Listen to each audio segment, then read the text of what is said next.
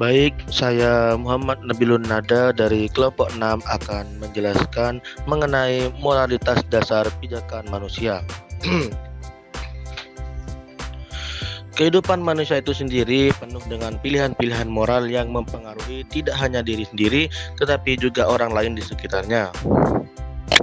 Maka penting bagi kita untuk menelusuri dimensi-dimensi etika dan filsafat yang menjadi landasan moral dalam tindakan manusia. Tingkah laku manusia itu sendiri merupakan fenomena yang kompleks dan multifaset.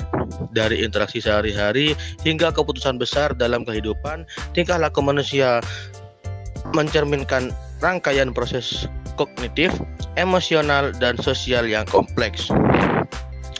Dalam kajian tingkah laku manusia, kita dapat mengeksplorasi sebagai aspek mulai dari psikologi individual hingga faktor sosial yang mempengaruhinya. Norma-norma yang mengatur interaksi sosial itu sendiri dalam masyarakat memainkan peran penting dalam menentukan cara kita berkomunikasi dan berinteraksi dengan orang lain. Berikut adalah beberapa argumen atau prinsip yang dapat menjadi landasan tindakan dan moralitas. Yang pertama ialah prinsip kesetaraan, yaitu berargumen bahwa setiap individu memiliki nilai moral yang sama dan hak yang sama untuk dihormati. Prinsip ini sering dianggap sebagai landasan bagi konsep-konsep seperti hak asasi manusia dan keadilan sosial. Untuk yang kedua adalah konsensus moral, yaitu bahwa kesepakatan moral yang ditemukan dalam berbagai budaya dan masyarakat menunjukkan adanya standar moral yang universal atau setidaknya serupa di antara manusia. Ini menegaskan adanya dasar moral yang objektif. Yang ketiga adalah ultralisme, yaitu berdasarkan prinsip bahwa tindakan yang menghasilkan konsekuensi yang paling menguntungkan bagi sebanyak mungkin orang adalah tindakan yang moral. Ini menekankan pentingnya akibat atau hasil dari tindakan tersebut. Sekian penjelasan dari saya. Bila ada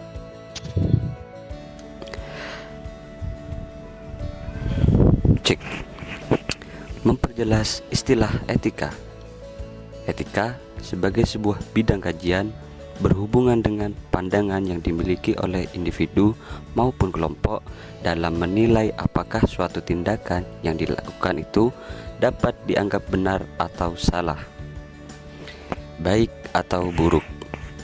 Etika mencerminkan kontrol diri karena segala aturan dan keputusan yang ada disusun dan diterapkan demi kepentingan dan kebaikan kelompok tersebut. Yang pertama, etika dan ilmu. Ilmu yang juga dikenal sebagai pengetahuan, yang dimana berasal dari proses berpikir. Ilmu memberikan penjelasan mengenai posisi suatu permasalahan dalam kaitannya dengan sebab dan akibat. Ilmu mempelajari hubungan sebab akibat antara berbagai jenis masalah. Yang kedua, etika. Etika adalah sebagai salah satu cabang filsafat atau pendekatan yang kritis dan mendalam terhadap ajaran serta pandangan moral. Etika sangat erat kaitannya dengan berbagai persoalan seperti nilai, karena fokus utama kajian etika pada perbedaan antara nilai baik dan buruk. Yang kedua, ilmu dan agama. Ilmu dalam perspektif agama memiliki ruang lingkup yang sangat luas. Tidak hanya berkaitan dengan aspek kepentingan duniawi, tapi juga mencakup dengan nilai-nilai etika ilmiah, kebenaran, kemajuan, ilmu, dan teknologi. Dalam pandangan Islam, agama Islam menjadi pendorong utama dan pengembangan ilmu pengetahuan. Berlandasan Al-Quran dan hadis, agama mengajarkan umat. Berlandasan Al-Quran dan hadis, agama mengajarkan umatnya untuk menggunakan akal dan berpikir kritis. Karena Keterbatasan akal manusia dalam menguji ilmu pengetahuan sering manusia bergantung pada metode coba-coba. Oleh karena itu, etika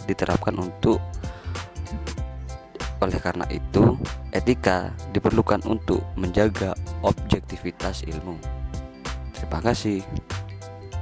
Nah, kita juga harus tahu apa itu pengertian dari etika komunikasi. Etika komunikasi memiliki arti pada prinsip-prinsip, mau itu moral dan norma, yang dapat mengatur cara berkomunikasi yang baik, sopan, dan dapat dipertanggungjawabkan antara individu maupun kelompok. Etika komunikasi ini memberi penghormatan terhadap pendapat orang lain, mau kejujuran dalam hal menyampaikan informasi, dan menggunakan bahasa yang tidak dapat menyakiti atau merendahkan orang lain. Komunikasi hampir mendekati dengan aspek kehidupan, apalagi pada kehidupan manusia dan pada aspek kehidupan ilmiah manusia. Menurut Richard, etika komunikasi berkaitan dengan nilai-nilai moral yang dianut oleh suatu kelompok dan menjadi pedoman bagi individu atau kelompok untuk menghargai lawan bicara serta mengatur tingkat laku agar tidak menyakiti hati orang lain. Dan menurut Franz, mengartikan etika komunikasi sebagai cara seseorang mencari orientasi atau memberikan arahan sebagai pijakan dan tuntunan tindakan yang seharusnya. Jadi, secara umum, etika komunikasi menekankan pada pentingnya kejujuran, integrasi, rasa hormat, tanggung jawab, dan keadilan dalam setiap interaksi komunikasi. Etika komunikasi ini menjadi landasan moral bagi terciptanya komunikasi yang efektif, sehat, dan membangun hubungan yang baik antar sesama.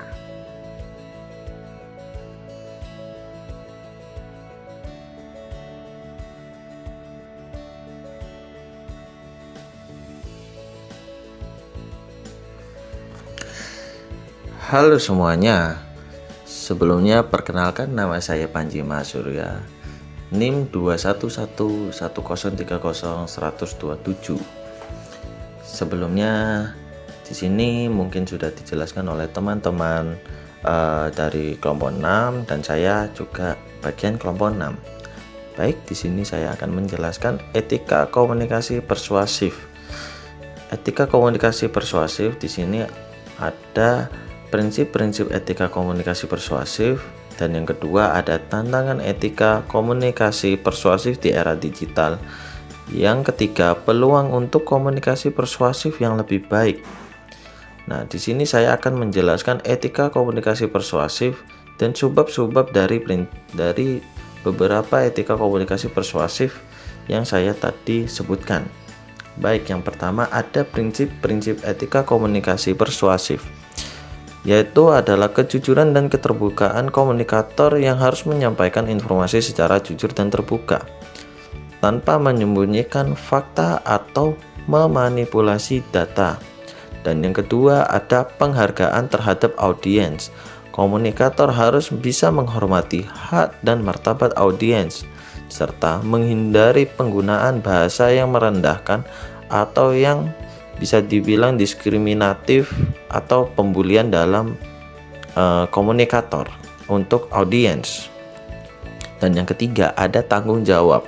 Komunikator bertanggung jawab atas dampak pesan yang disampaikan, termasuk potensi konsekuensi negatif yang mungkin timbul. Dan yang terakhir dari prinsip etika komunikasi persuasif ada keadilan. Komunikator harus memperlakukan semua audiens secara adil dan setara, tanpa memberikan preferensi atau diskriminasi dari audiens tersebut. Setelah ada prinsip-prinsip etika komunikasi persuasif, ada juga tantangan etika komunikasi persuasif di era digital. Ya, di era digital itu ya handphone sekarang, di era internet sekarang. Baik, yang pertama ada penyebaran informasi palsu atau hoax. Kemudahan penyebaran informasi di media sosial memungkinkan hoaks penyebaran dengan cepat dan luas yang dapat merusak reputasi, memicu konflik, dan membahayakan keselamatan publik. Kayak seperti berita-berita hoaks yang ada di internet seperti sosmed kayak TikTok, Instagram, dan lain-lain, atau hingga sampai ke grup keluarga WhatsApp. Ya, itu lebih berhati-hati dan lebih detail untuk mencari informasi atau penyebaran informasi ini asli atau palsu gitu. Dan yang kedua ada manipulasi emosi. Komunikator dapat menggunakan teknik manipulasi emosi untuk mempengaruhi audiens seperti memanfaatkan rasa takut, marah, atau sedih. Dan yang ketiga ada pelanggaran privasi. Pengumpulan dan penggunaan data pribadi audiens untuk tujuan persuasif dapat melanggar privasi yang menimbulkan kekhawatiran tentang penyalahgunaan informasi. Dan yang terakhir ada algoritma dan filter bubble. Algoritma media sosial dapat menciptakan filter bubble yang memperkuat keyakinan dan prasangka audiens serta membatasi paparan terhadap perspektif yang berbeda. Itu dari bagian tantangan etika komunikasi persuasif di era digital. Dan yang terakhir ada peluang untuk komunikasi persuasif yang lebih baik. Ada yang pertama, pendidikan literasi media yang meningkatkan kesadaran dan keterampilan audiens dalam mengevaluasi informasi dan mengidentifikasi hoaks. Dan yang kedua ada pengembangan kode etik yang mendorong pengembangan dan penerapan kode etik komunikasi persuasif di berbagai platform digital dan organisasi. Dan yang tiga ada transparansi dan akuntabilitas, meningkatkan transparansi dalam penggunaan data dan algoritma serta meminta pertanggungjawaban komunikator atas dampak yang pesan yang bisa disampaikan. Dan yang terakhir dari peluang untuk komunikasi persuasif yang lebih baik, yang terakhir ada dialog dan kolaborasi. Memfasilitasi dialog dan kolaborasi antar komunikator, audiens, dan pemangku kepentingan lainnya untuk membangun komunikasi yang lebih bertanggung jawab dan bermakna. Mungkin itu saja yang bisa saya sampaikan dari saya. Mungkin ada salah kata sedikit ataupun banyak, mohon dimaafkan. Agak belibet mungkin. Aku juga berminta maaf kepada teman-teman audiens. Ya, terima kasih sudah saya bisa jelaskan dari beberapa sedikit dari etika komunikasi persuasif, dan terima kasih untuk kelompok 6. Mungkin itu saja yang bisa saya sampaikan. Sekian, terima kasih. Wassalamualaikum warahmatullahi wabarakatuh. Pertimbangan nilai dalam komunikasi sangat krusial untuk efektivitas dan harmoni. Nilai-nilai membentuk interpretasi dan interaksi, mempengaruhi hubungan dan identitas budaya. Perannya terlihat dalam yang pertama, komunikasi antar budaya. Memahami nilai budaya masing-masing mencegah miskomunikasi dan membangun hubungan harmonis. Misalnya, kesopanan dalam budaya formal di Indonesia. Yang kedua, etika komunikasi profesional. Nilai etika seperti kejujuran dan integritas membangun kepercayaan dan reputasi. Misalnya, penilaian dosen yang adil dan objektif. Yang ketiga, komunikasi organisasi efektif. Nilai-nilai organisasi seperti transparansi dan kerjasama meningkatkan produktivitas. Misalnya, pemimpin yang terbuka dan melibatkan bawahannya.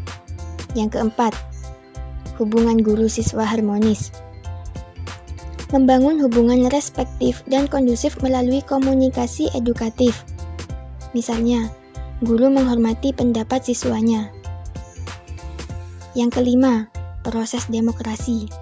Etika komunikasi menjaga keadilan dan transparansi, meminimalisir manipulasi informasi.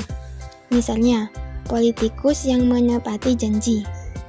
Jadi intinya, komunikasi efektif membutuhkan empati, sensitivitas, dan pemahaman nilai-nilai individu dan budaya. Memahami nilai-nilai ini membangun komunikasi yang bermakna dan harmonis dalam sebuah konteks. Para ilmuwan tidak hanya bertugas menemukan teori dan mempraktikannya, tetapi juga memiliki tanggung jawab sosial. Mindset ini perlu diubah agar ilmu dan teori dapat diterima baik oleh masyarakat, menciptakan kedekatan antara keduanya. Materi selanjutnya atau materi yang terakhir adalah tanggung jawab sosial ilmuwan. Untuk mencapai hal ini, ilmuwan perlu berdiskusi secara dekat dengan masyarakat melalui diskusi bebas atau diskusi bersama untuk membangun wacana. Ruang lingkup tanggung jawab sosial ilmuwan harus kembali pada hakikat ilmu itu sendiri. Meskipun ilmu sering dianggap bebas nilai atau netral, ilmuwanlah yang memberikan nilai pada ilmu tersebut. Pertanyaan apakah ilmu itu bebas atau terikat sebenarnya tergantung pada langkah ilmuwan itu sendiri, bukan pada keseluruhan proses. Weber mengatakan bahwa ilmu sosial harus bebas dari nilai, tetapi juga mengatakan bahwa ilmu-ilmu sosial itu harus menjadi nilai yang memiliki hubungan. Dasarnya adalah nilai-nilai yang terkandung dalam sifat praktis ilmu sosial. Jika ilmu tersebut memiliki tujuan atau bersifat rasional tanpa keinginan untuk melayani beberapa orang, moral, budaya, atau politik. Jadi, kesimpulan dari tanggung jawab sosial ilmuwan ini adalah yang pertama, aktivitas ilmiah dan tujuan. Kegiatan ilmiah seorang ilmuwan memiliki sifat ilmiah dengan tujuan tertentu. Dasar aktivitas ini adalah metode-metode ilmiah, bukan asumsi pribadi ilmuwan. Filsafat teoritis atau praktis, usaha ilmiah dalam kaitannya dengan filsafat terbagi menjadi filsafat teoritis dan filsafat praktis. Keduanya tidak dapat dipisahkan karena saling terikat dan berhubungan. Sikap ilmiah objektif, yaitu setiap ilmuwan harus memiliki sikap ilmiah dalam aktivitasnya untuk mencapai pengetahuan ilmiah yang objektif. Yang keempat atau yang terakhir adalah tanggung jawab sosial dan kedekatan. Selain aktivitas dan sikap ilmiah, ilmuwan juga harus memiliki tanggung jawab sosial. Hal ini menciptakan kedekatan antara ilmu dan masyarakat melalui diskusi bebas atau bersama, yang diharapkan menghasilkan penemuan atau pemahaman yang baru.